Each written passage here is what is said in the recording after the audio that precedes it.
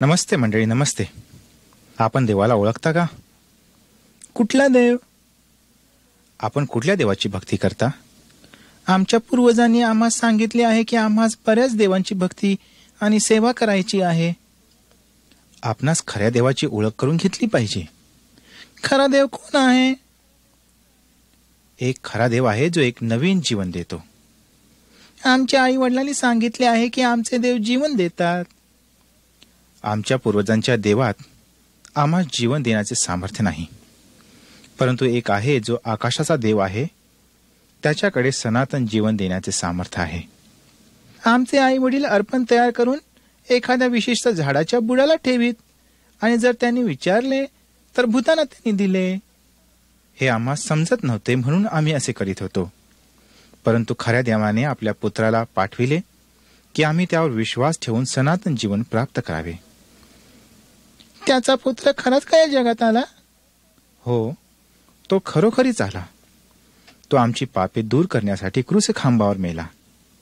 आपण पापाने भरलेले आहोत आणि देवाला पापाचा द्वेष आहे. कुठल्या गोष्टी वाईट आहेत ज्या आमच्यातून काढण्यासाठी तो मेला? बऱ्याच वाईट गोष्टी आहेत ज्यांची आम्हाला सवय पडलेली आहे. चोरी, खून, द्वेष, गर्व, व्यभिचार आणि दुसऱ्या अशाच वाईट गोष्टी या आम्हास देवापासून दूर करतात. परंतु जर आपण ह्या सोडल्या व त्यावर विश्वास ठेवला तर तो आमचा वाईटपणा काढून टाकील. जर आपण येशूच्या मागे गेलो नाही तर मेल्यावर आपण सैतानाच्या आगीच्या ठिकाणी जाऊ. बाबा, मला तर या आगीच्या ठिकाणाची भीती वाटते. ही एक भयानक गोष्ट आहे, परंतु देवाने एक मार्ग दिला आहे. या धोक्यातून वाचण्यासाठी काय करावे असावे? जर आपणास तारण हवे असेल तर आपणास आपल्या पापापासून दूर होऊन येशूवर विश्वास ठेवायला हवा. तो आपला आत्मा तुमच्या मनात राहण्यासाठी देईल. येशू देवाचे सनातन जीवन तुम्हास देईल. हां, हे मला बरोबर ऐकू येते. आपणास हे खरोखरच समजते काय? हो, मला समजले. परंतु हे मला दुसऱ्यांना सांगता येईल का की त्यांना सुद्धा हे ऐकायला मिळेल?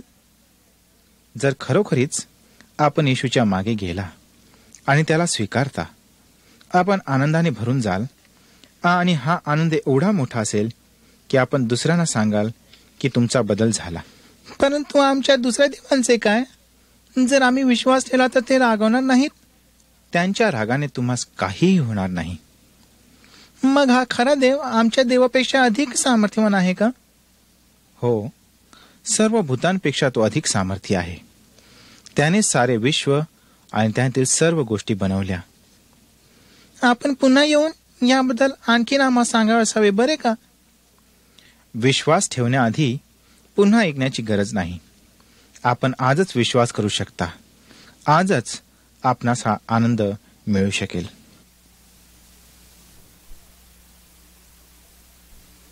शलोमोन म्हणाला, जो आपल्या मनावर भरोसा ठेवितो तो मूर्ख आहे. आणि अय्योब म्हणाला, अमंगळातून काही मंगळ निघते काय? अगदी नाही. ससानाच्या अंड्यातून पारवा निघू शकेल काय? काट्याचे झुडूप द्राक्ष पैदा करू शकेल काय? कधीच नाही. त्याचप्रमाणे मनुष्याच्या स्वाभाविक मनातून पूर्ण पवित्र कार्य, खरी शांती अथवा देवाला प्रसन्न करण्याची गोड खात्री कधीच येऊ शकत नाही. स्वाभाविक मन अशा आशीर्वादांपासून अत्यंत कपटी व पापी आहे. आपणास शंका येते काय? असे आहे तर स्वतःलाच विचारा. आपल्या सर्व जीवनातील सर्व लपविलेले विचार आपल्या कपाळावर लिहिण्यात आले तर तुम्ही इतरांना सामोरे जाऊन मनात शांतीचा अनुभव घेऊ शकाल काय? अशा इतिहासाने जर आपण आपल्या सहकर्म्यांच्या सामोरे जाण्यास लाजाल तर मग नीतिमान व पवित्र देवाला आपण कसे सामोरे जाल? देव मनुष्यासारखा नाही. तो प्रत्येक गोष्टीत परिपूर्ण आहे. त्याच्या सर्व गुणधर्मात तो परिपूर्ण आहे. त्याच्या पवित्रेतही तो परिपूर्ण आहे. आपल्या दयेत व करुणेतही तो परिपूर्ण आहे. मग परिपूर्ण न्याय पापाकडे कानाडोळा कसा करू शकतो? परिपूर्ण पवित्रता एक अशुद्ध व्यक्तीला देवाच्या उपस्थितीत येऊ देईल काय? कदापि नाही. याच कारणामुळे एका पापासाठी आदाम व हवेला देवाच्या उपस्थितीतून काढून टाकण्यात आले. मग आमच्याबद्दल काय? शालोमोनाने सांगितले, सगळ्या बऱ्या वाईट गुप्त गोष्टींचा न्याय करीताना देव सगळ्या कृत्यांची झाडाझडती घेईल. देव सत्य आहे आणि तो आपल्या वचनाला पूर्ण करणारच. न्यायाच्या दिवशी प्रत्येकाला देवासमोर उभे राहावे लागणार. प्रत्येक पापाचा परिपूर्ण न्याय केला जाईल. सुवार्तेत लिहिलेले आहे, पापाचे वेतन मरण आहे. केवळ शारीरिक नाही तर प्राणाचाही मृत्यू. या प्रकारचे मरण म्हणजे देवापासून ताटातूट. परंतु देवाच्या प्रीतीने या अनंत मृत्यूपासून वाचण्यासाठी मार्ग तयार केला आहे. आपल्या प्रेमळ दयेत देवाने येशू ख्रिस्ताला पाठविले, यासाठी की त्याने आमचा प्रतिनिधी होऊन आमचा दोष काढून टाकण्यासाठी आमच्याबद्दल मरावे. तो लाकडाच्या क्रूसखांबावर मराव्यास आला की त्याच्या शरीरात पापाचा न्याय व्हावा व आम्हास न्यायपूर्ण रीतीने क्षमा मिळावी. जे आपल्या पापांचा पश्चाताप करतात व आपला विश्वास येशूवर व त्याच्या अर्पणावर ठेवतात, ते त्याच्या ह्या शब्दांना आपले मानू शकतात. मी तुम्हास खचित खचित सांगतो, जो माझे वचन ऐकतो आणि ज्याने मला पाठविले त्याचवर विश्वास ठेवतो, त्याला सार्वकालिक जीवन प्राप्त झाले आहे आणि त्यावर न्यायाचा प्रसंग येणार नाही. तो मरणातून जीवनात पार गेला आहे.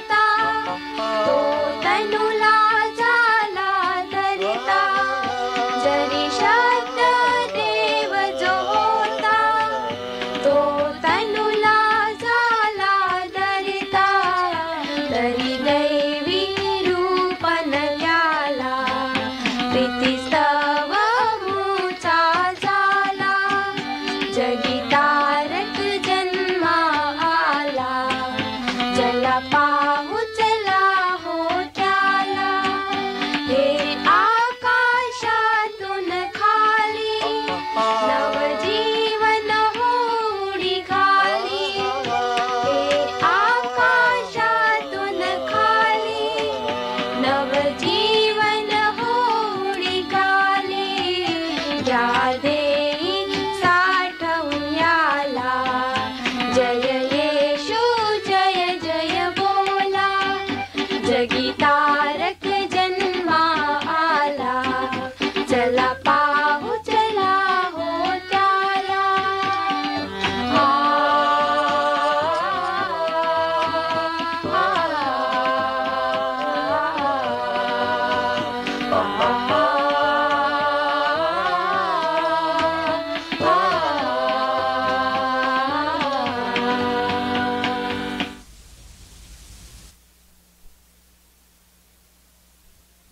मी आपणास एका अशा व्यक्तीविषयी सांगू इच्छितो जो फार वर्षापूर्वी ह्या जगात होता. तो नेहमीच चांगला होता. लोकांना त्याचे ऐकणे आवडत असे. तो कधीच वाईट बोलत नसे. तो कधीच खोटे बोलला नाही. तो केवळ सत्य बोलत असे. हा मनुष्य फार सामर्थ्यही होता. एका वेळी त्याने एका आंधळ्याच्या डोळ्यांना बोट लावले आणि त्याची दृष्टी त्याला परत मिळाली. तो पाहू लागला. दुसऱ्या एके दिवशी त्याने 10 महारोग्यांना बरे केले. ही तर त्याच्यासाठी लहान गोष्ट होती.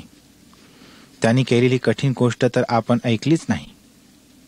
एकदा त्याने लोकांची गर्दी पाहिली जे मेलेल्या एका तरुणाला घेऊन चालले होते. ते त्याची अंत्यक्रिया करण्यासाठी घेऊन चालले होते. त्याची आई रडत होती. या चांगल्या माणसाने त्याचे फार दुःख झाले.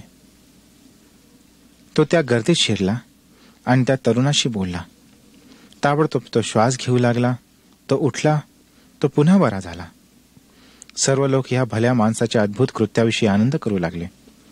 हा भला माणूस कोण आहे? हा माणूस भला होता, परंतु दुष्ट लोक त्याचा द्वेष करू लागले. एके दिवशी त्यांनी त्याला धरले व त्याला कोर्टात घेऊन गेले. त्याविषयी त्यांनी खोटी साक्ष दिली.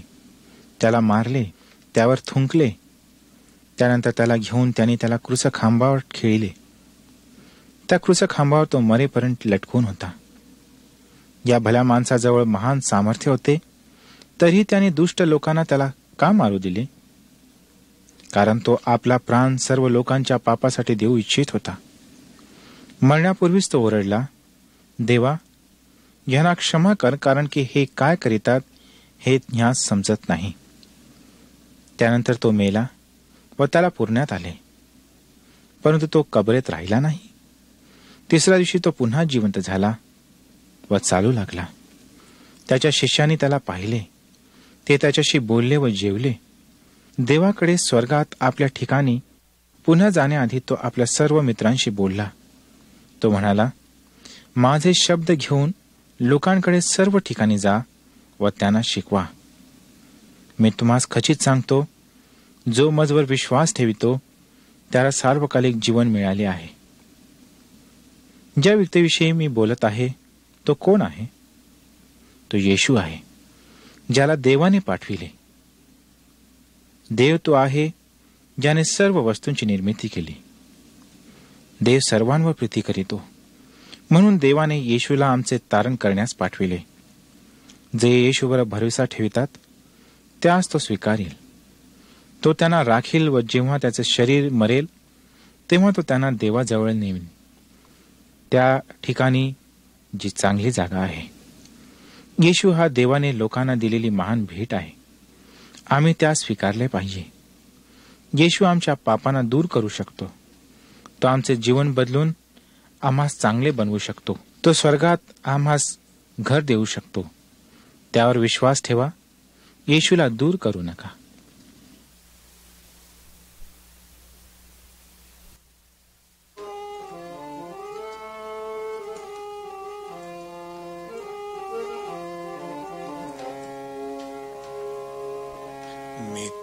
मित्रबंधुगण नचे कामा, मित्रबंधुगण नचे कामा, जननी क्यों वा बाप, जननी क्यों वा बाप, मज पतितास्तव कवण भरून दे, मज पतितास्तव कवण भरून दे, न्यायाचे हे माप,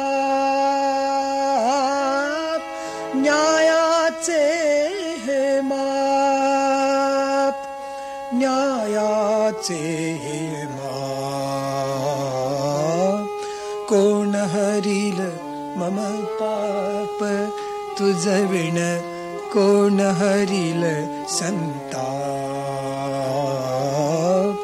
कोण हरील मम पाप तुझ विण, कोण हरील संताप.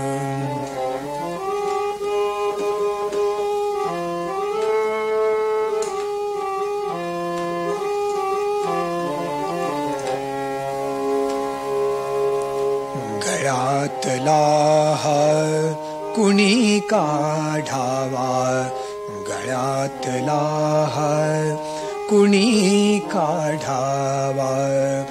मोह भयंकर सा, मोह भयंकर सा, गळ्यातला हार कुणी काढावा, गळ्यातला हार कुणी काढावा. मोह भयंकर सा, मोह भयंकर सा, मोह भयंकर सा. कोण हरील मम पाप तुझ विण, कोण हरील संता. कोण हरील मम पाप तुझ विण, कोण हरील संता. कोण हरील मम पाप तुझ विण, कोण हरील संता. खरोखरच या जगामध्ये आमची पाप हरवणारा किंवा आमची पाप घेऊन जाणारा कोण आहे? येशू ख्रिस्ताशिवाय आमच्याकडे कोणीच नाही. येशू ख्रिस्त हाच एक देवाचा मार्ग आहे जो आम्हास आमच्या पापापासून मुक्त करू शकतो.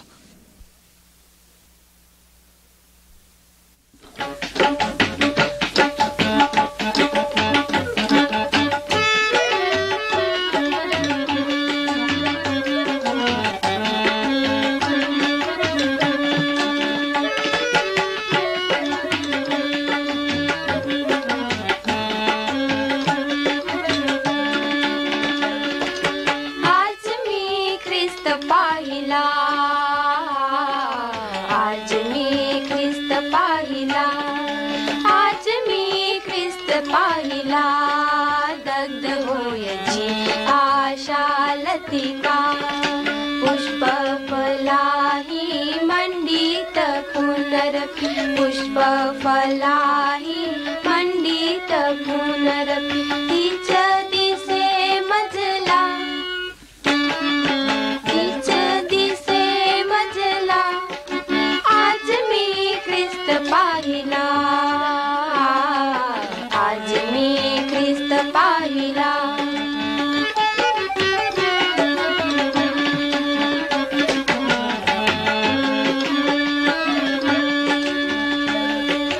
अजिंक्य मृत्यू सकल जगाला, अजिंक्य मृत्यू सकल जगाला, परी त्यालाही जिंकून आला, परी त्यालाही जिंकून आला.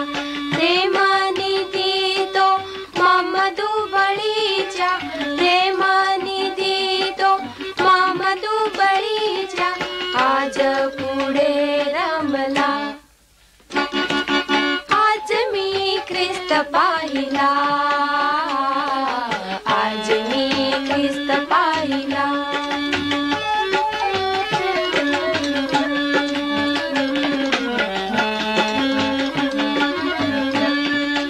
प्रीती म्हणजे काय नराला, प्रीती म्हणजे काय नराला, अनुभव द्याया प्रभू नर झाला, अनुभव द्याया प्रभू नर झाला.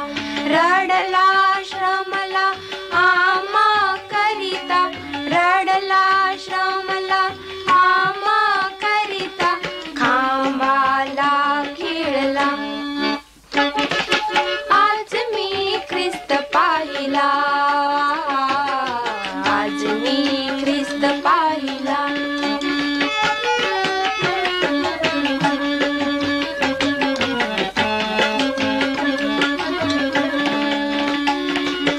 नेत्री हृदयी प्रभु संचरला, नेत्री हृदयी प्रभु प्रभु संचरला, विश्वपती तो विश्वी भरला, विश्वपती तो विश्वी भरला.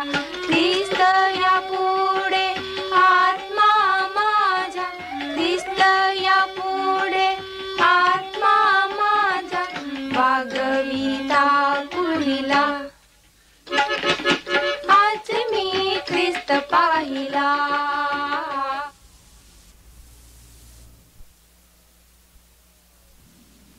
फार वर्षापूर्वी देवाने आपली दृष्टी जगातील लोकांकडे लावली. त्याला अतिशय दुःख झाले की सर्व पुरुष, बायका व लेकरे दुष्ट होती. त्याने पाहिले की तो त्यांना नकोसा होता.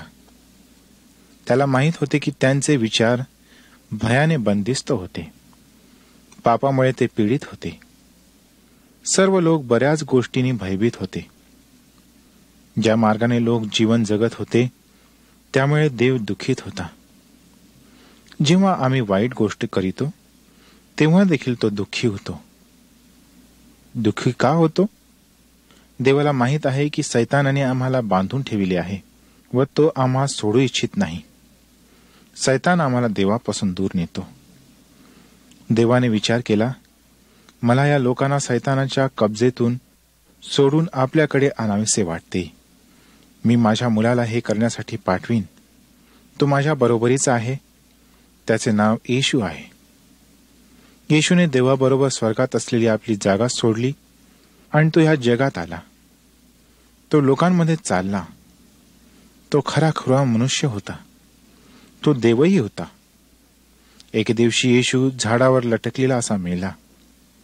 आमच्या पापांचा मोबदला देण्यासाठी तो स्वइच्छेने मेला. परंतु मरण त्याला ठेवू शकले नाही. येशू कबरेतून पुन्हा उठला. हे करण्याद्वारे येशूने सैतानाची शक्ती मोडून टाकली. त्याने भूतांचीही शक्ती तोडून टाकली. तो हे कसे करू शकला? येशू हा सामर्थ्य आहे.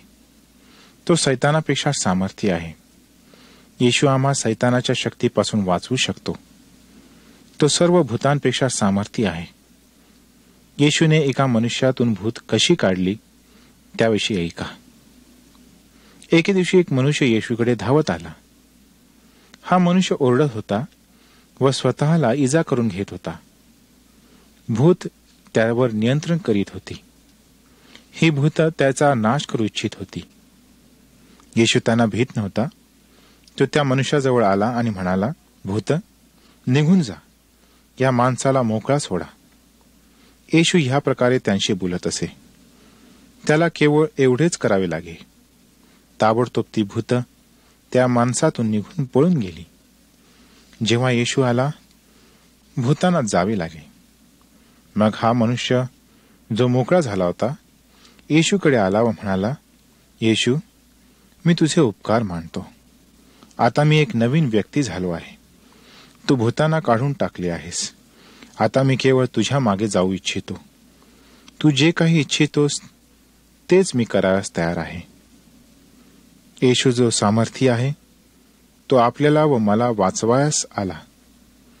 जर तुम्ही येशूशी बोलला व त्याला आपला स्वामी होण्यास आता सांगितले तर तो आपणास मुक्त करील.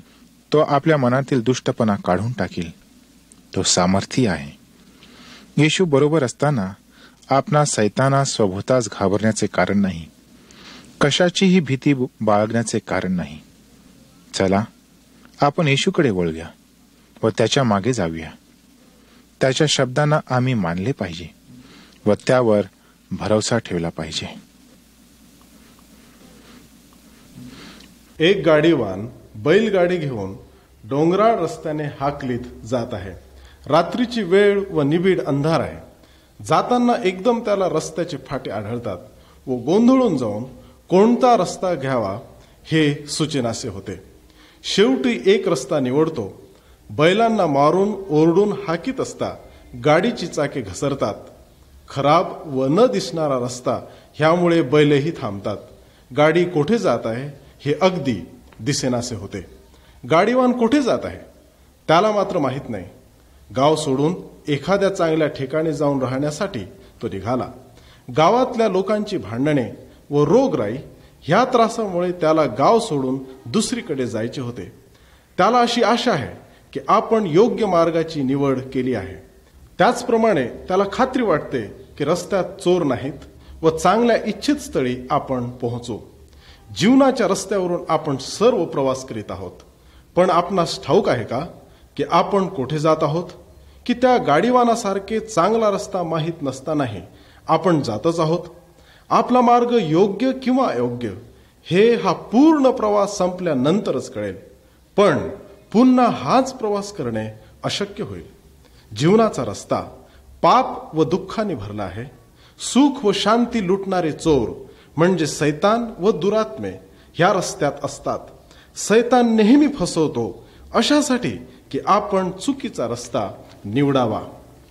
पुष्कळ लोक म्हणतात की सर्वच रस्ते देवाकडे जातात, पण तसे नाही. पाप, मरण व शेवटी नरकाकडील रस्ता निराळा. नरकात सैतानाजवळ माणसे देवापासून कायमची विभक्त असतात. ह्या ठिकाणाहून सुटण्याचा मार्गच नाही. मग देवाकडे जाण्याचा मार्ग किती? एकच मार्ग देवाकडे जातो हे मात्र नक्की. हा मानवनिर्मित मार्ग नाही, पण जे सर्व स्वीकारतील असा देवानेच तयार केलेला एकमेव मार्ग आहे. हा आपल्या पुण्यकर्माचा नव्हे. मग हा मार्ग कसा सापडू शकेल? त्यासाठी आपण येशू ख्रिस्तावर विश्वास ठेवा, पापाबद्दल पश्चाताप करा आणि येशू आपणास योग्य मार्ग दाखवेल. ज्यांना हा मार्ग सापडला त्यांच्या पापक्षालनामुळे जीवनात अत्यानंद झाला. येशूवरील विश्वासाने त्यांना कायम देवाकडे जाणारा व सुखाचा मार्ग मिळाला.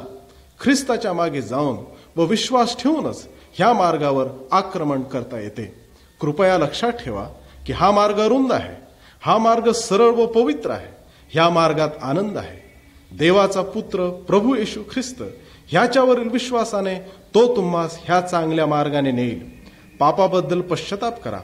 आपणास पापक्षालन देऊन सार्वकालिक मोक्षाची देणगी आपणास तो देईल. आपणास नरकाच्या मार्गापासून सोडवण्यासाठी त्याने आपले जीवदान दिले. पापांची किंमत भरण्यासाठी तो मरण पावला. जो कोणी त्याच्यावर विश्वास ठेवतो त्याचा ख्रिस्त स्वीकार करतो. आपले जीवन बदलून जाईल. पाप व अंधकाराच्या जीवनात आपण राहणार नाही. पाप व सैतान ह्या सर्व गोष्टीकडे पाठ फिरून आपली दृष्टी परमेश्वर व स्वर्ग ह्या गोष्टीकडे राहील.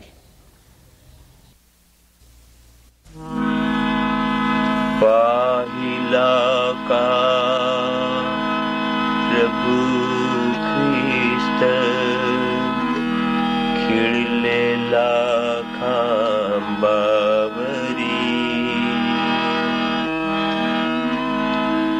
पाहिले का खिळे ओरी पदी दया पूर्ण करी.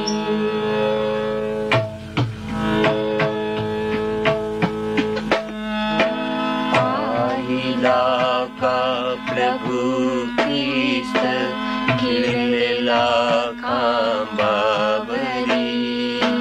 पाहिले का खिळे ओरी पदी दया पूर्ण करी. पाहिला का प्रभू ख्रिस्त खिळलेला खांबावरी. पाहिले का खिळे ओरी पदी दया पूर्ण करी.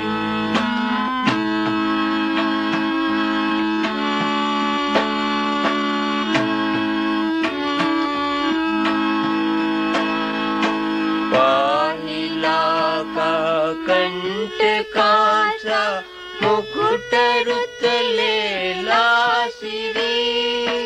पाहिले का गळगळा रक्त गळे भूमीवरी.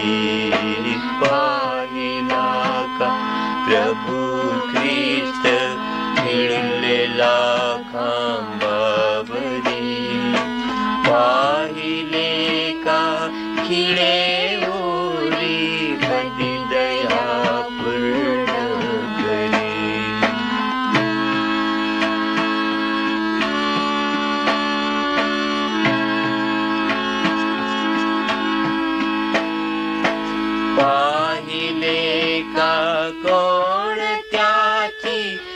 ते खोल खोल करी पाहिले का कोण पापी डाग देई दुखावरी पाहिला का प्रभू ख्रिस्त खिळलेला खांबावरी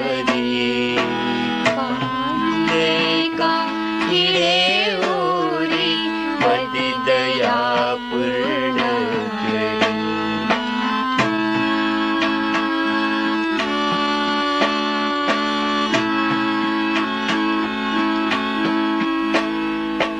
पाहिले का तारावया कवळा तो दुःखवरी पाहिले का कोणाकडे प्रेम भरे पाहितरी पाहिला का प्रभू ख्रिस्त खिळलेला खांबावरी पाहिले का.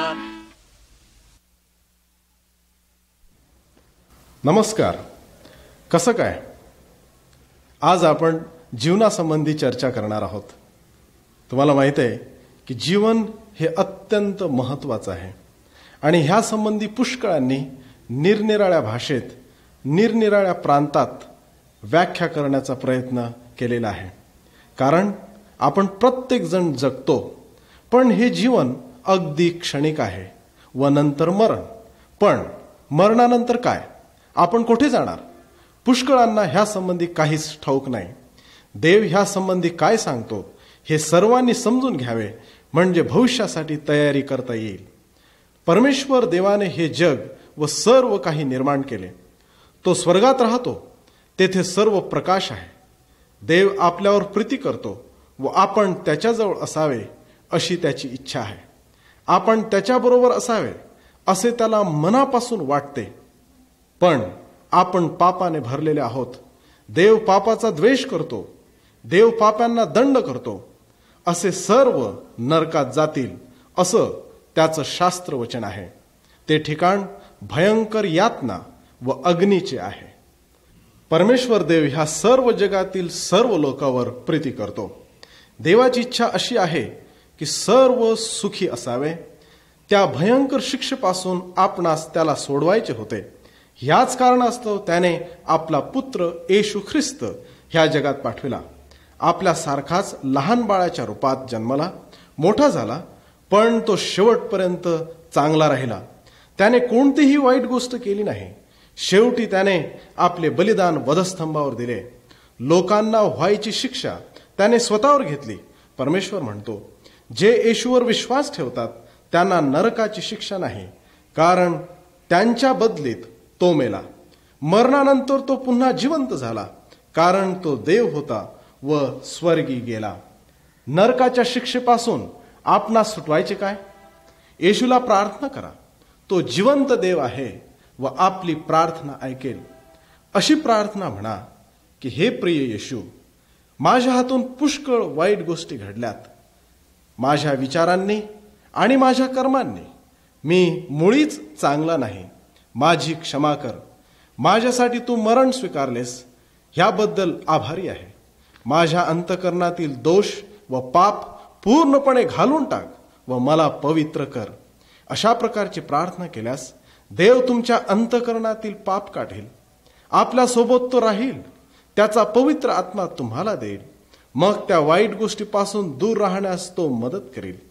त्याची तुमच्यावर प्रीती आहे, म्हणून आपण कोठेही केव्हाही प्रार्थना करा व तो मदत करेल.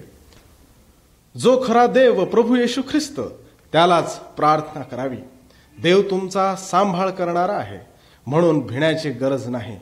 मरणानंतर आपणास स्वर्गाचाच रस्ता खात्रीने मिळेल. अशा ह्या अगाध पुढील भविष्याची तयारी आजच करा. त्याने सांगितल्याप्रमाणे ख्रिस्तावर विश्वास ठेवा. एका माणसाजवळ 2 मुले होती.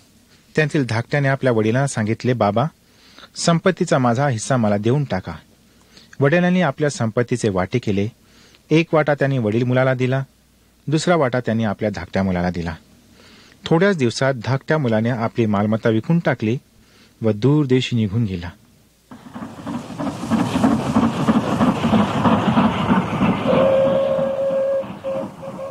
तेथे त्याने मूर्खपणाच्या जीवनात आपले पैसे गमावले.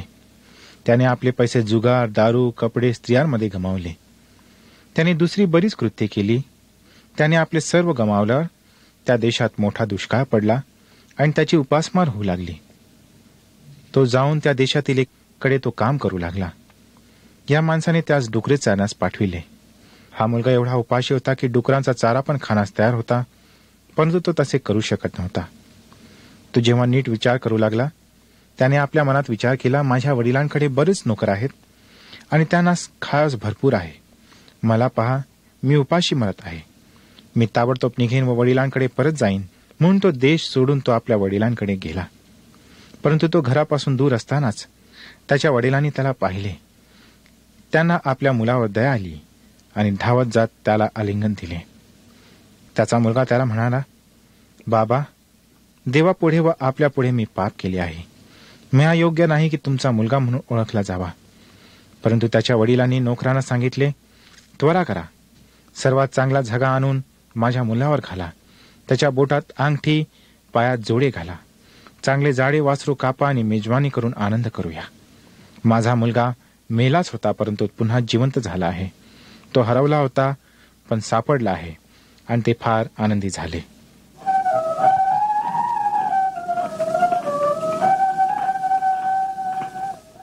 देव आम्हावर किती प्रीती करीतो हे दाखविण्यासाठी येशूने ही गोष्ट सांगितली.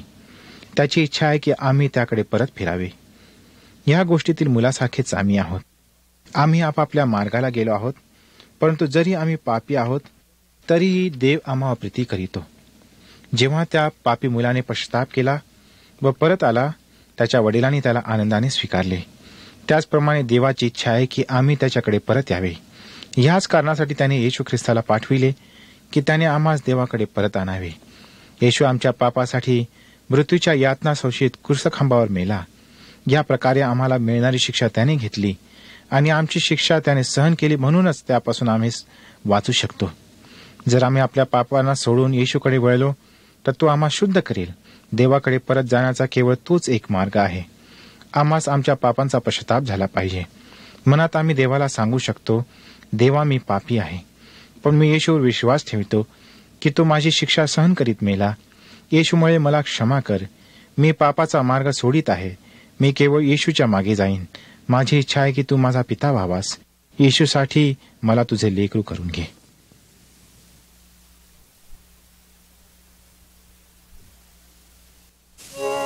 तारुण्याचा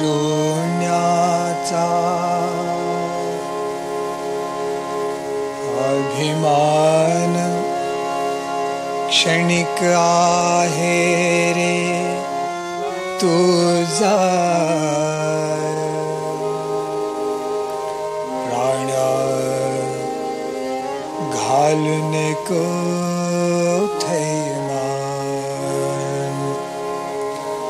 ख्रिस्त नाम जपना.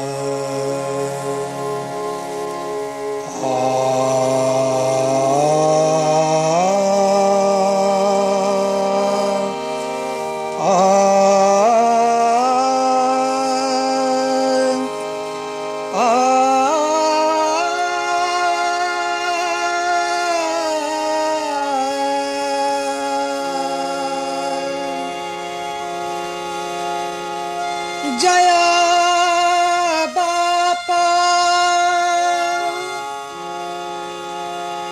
जया पुत्र जया पवित्रात्मा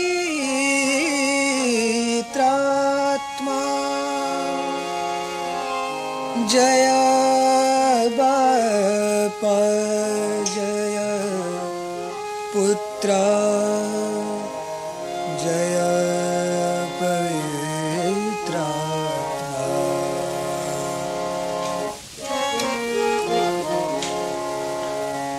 तारुण्याचा अभिमान क्षणिक आहे रे तुझा प्राण घालून कोथैमा ख्रिस्त नाम जपना तारुण्याचा अभिमान क्षणिक आहे रे तुझा प्राण घालून कोथैमा ख्रिस्त नाम जपना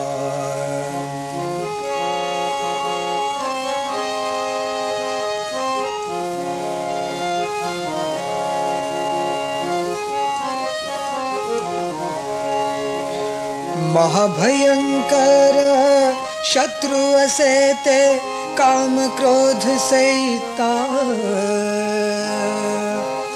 महाभयंकर शत्रु असे ते काम क्रोध सैतान जय ख्रिस्त जय ख्रिस्त जय ख्रिस्त जय ख्रिस्त महाभयंकर शत्रु असे ते काम क्रोध सैतान जाग सत्वरी मनावरी होशील रे हैरान होशील रे हैरान काम क्रोध लोभ मद मत्सर सारे करतील दानादान प्राण घालून कोथैमा ख्रिस्त नाम एका माणसाजवळ 100 मेंढरे होती. बा बा बा मेंढपाळ आवाज देत असे व मेंढरे डोंगरावर त्याच्या मागे जात असत.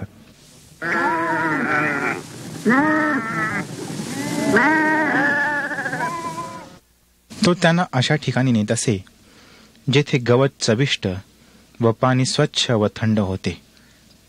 हा मेंढपाळ चांगला होता. तो शूर पण होता.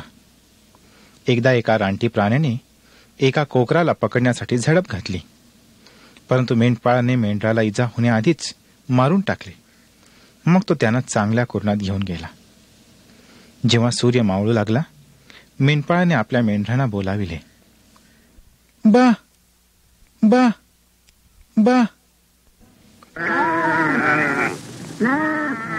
चांगल्या रस्त्यावरून त्यांना रात्रीसाठी घरी सुरक्षित आणले. परंतु एका लहान कोकराने मेंढपाळाची हाक ऐकली नाही. तो एकटाच चांगले गवत खात फिरत होता. अचानक रात्र झाली. तो लहान कोकरू रस्ता हरवून बसला व अत्यंत भयभीत झाला. बाकीची सर्व मेंढरे सुरक्षित होऊन आराम करीत होती. मेंढपाळ मोजू लागला की सर्व बरोबर आहेत की नाही. 1 2 3 4 97 98 99. अरे, एक कमी आहे. मेंढपाळ ताबडतोब त्यास शोधण्यास निघाला. रात्रीच्या काळोखात व थंडीत जात असता तो कोकऱ्यास हाक मारित होता. कित्येक वेळा तो ऐकण्यासाठी थांबत होता, पण केवळ रात्रीचे आवाज ऐकू येत होते. पुन्हा त्याने हाक मारली. बा बा बा.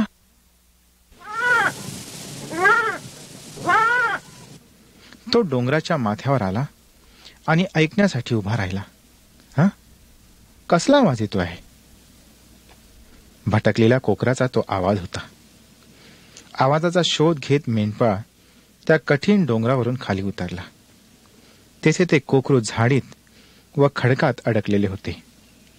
मेंढपाळाला फार आनंद झाला. त्याने त्या कोकराला उचलले व घराकडे निघाला. आपल्या खांद्यावर घेऊन त्या कोकराला पुन्हा मेंढशाळेत आणले. सर्व लोक भटकलेल्या मेंढरासारखेच आहेत. ते आपापल्या मार्गाला गेले आहेत. ते सर्व पापाच्या अंधारात हरवलेले आहेत. येशू हा उत्तम मेंढपाळ आहे.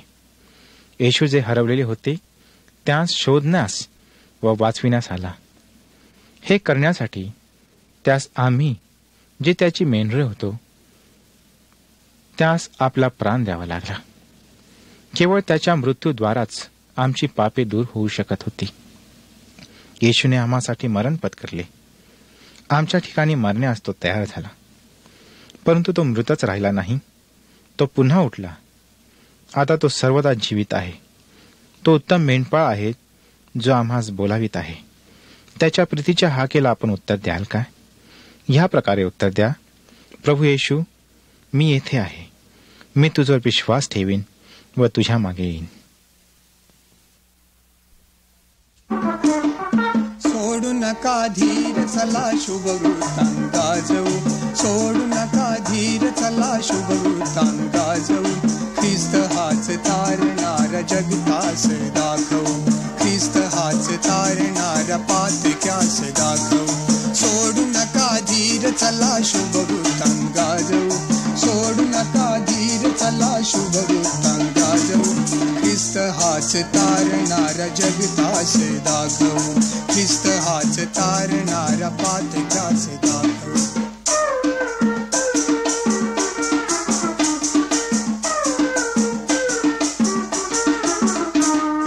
घेऊन या हाती हा शास्त्ररूपी दीप. घेऊन या हाती हा शास्त्ररूपी दीप.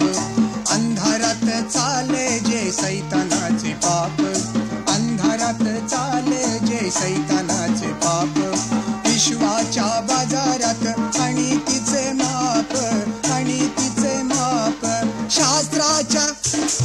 शास्त्राच्या आधारे जगतास दाखवू.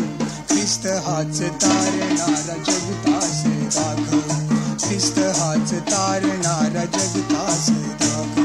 सोडू नका धीर, चला शुभ वृत्तांत गाजवू. सोडू नका धीर, चला शुभ वृत्तांत गाजवू. ख्रिस्त हाच तारणारा जगतास दाखवू. ख्रिस्त हाच तारणारा पातक्यास दाखवू.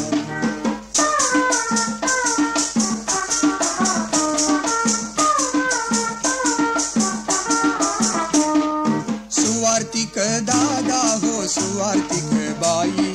सुवार्तिक दादा हो सुवार्तिक बाई. संदेश द्याया करू नका दिरंगाई. संदेश द्याया करू नका दिरंगाई. सैतानाने माजविली जगात दुष्टाई. जगात दुष्टाई. शास्त्राच्या आधारे जगतास दाखवू. ख्रिस्त हाच तारणारा जगतास दाखवू. ख्रिस्त हाच तारणारा जगतास दाखवू. सोडू नका धीर, चला शुभ वृत्तांत गाजवू.